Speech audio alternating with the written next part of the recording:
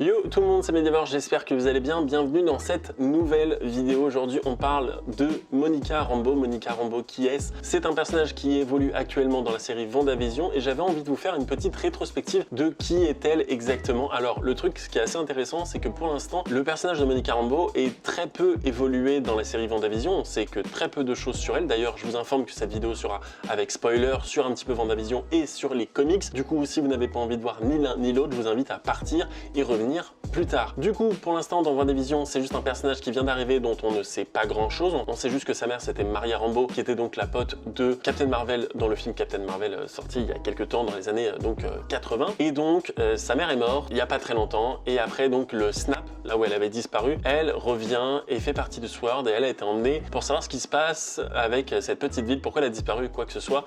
Et donc, va intégrer cette ville dont elle va se faire éjecter dans l'épisode qu'on vient juste de voir. Donc, du coup, ça, c'est ce qu'on sait pour l'instant sur ce personnage. On sait juste que avec un nom pareil, c'est pas un personnage qui va rester totalement anodin non plus. Je pense secrètement que ça va devenir un personnage très important du Marvel Cinematic Universe, peut-être même un jour rentrer dans l'Avengers, qui sait, pour l'instant on ne sait pas encore, c'est pas vraiment établi et du coup cette petite vidéo est faite pour ça, pour découvrir qui est ce personnage, en tout cas dans les comics. Alors de base, Monica Rambeau, elle est apparue en 1982 dans le Amazing Spider-Man, aux côtés donc de Spider-Man.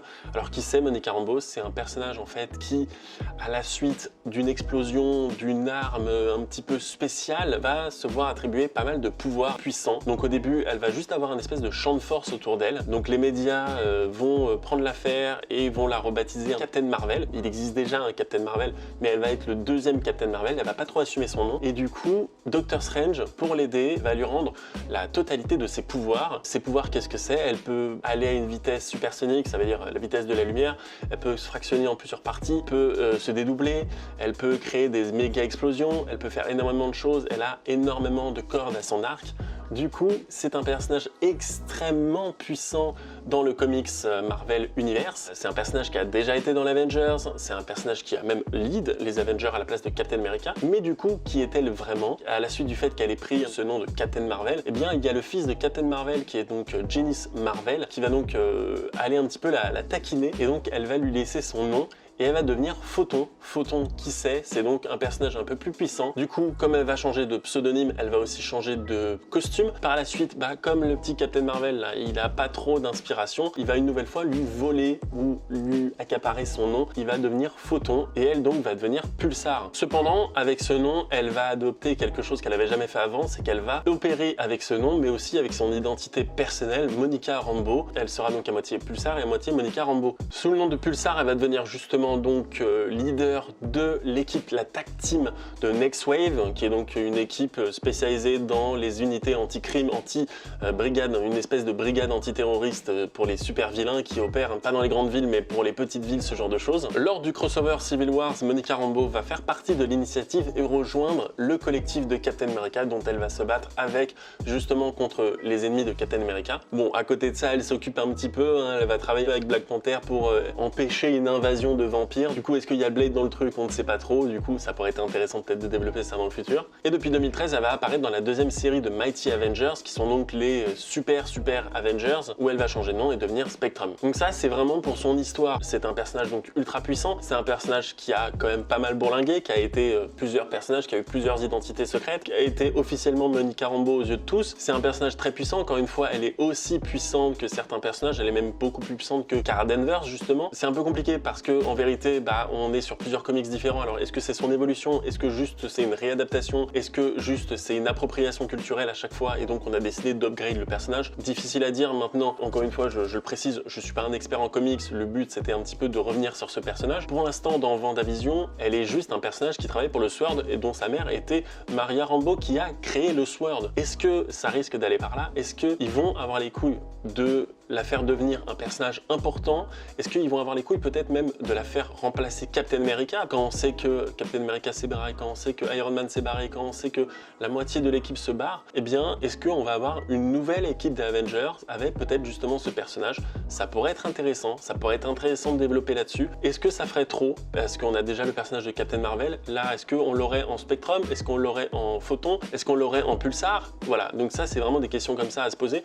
Je pense qu'on va partir plus sur sur Photon, parce que le personnage a l'air de s'y approprier un petit peu plus, vu qu'elle garde son identité personnelle qui est Monica Rambeau. Voilà, donc je pense que ça va être intéressant de développer là-dessus. Maintenant, comment elle va attraper ses pouvoirs? Est-ce qu'ils vont la faire avoir des pouvoirs? Je pense que oui. Est-ce que c'est pour cette phase-là? Je pense que oui. Est-ce que vous pensez, vous, parce que moi je le pense, je pense que à la suite de WandaVision, cette saison, peut-être s'il y a une prochaine saison ou quoi que ce soit, je pense qu'on va la développer. Je pense que d'une certaine façon, Scarlet Witch ou Vision ou un autre personnage, ou peut-être Doctor Strange, qui rejoindrait ma théorie sur Doctor Strange, va lui donner des pouvoirs un petit peu spéciaux et donc lui permettra de devenir cette super-héroïne, ou alors peut-être même qu'elle est déjà une super-héroïne et que pour l'instant on ne le sache pas, pour l'instant elle le cache. Du coup, ça peut être une théorie intéressante. C'est un personnage qui est énormément connu dans le Marvel Universe, c'est un personnage ultra puissant, c'est un personnage ultra badass, pas mal de choses qui se mettent en place. Est-ce qu'ils vont faire ça? Est-ce qu'ils vont penser à un autre personnage? Est-ce qu'ils vont développer un autre personnage? Voilà, donc moi je pense que secrètement, le but de Marvel, c'est de nous utiliser ce personnage pour peut-être un jour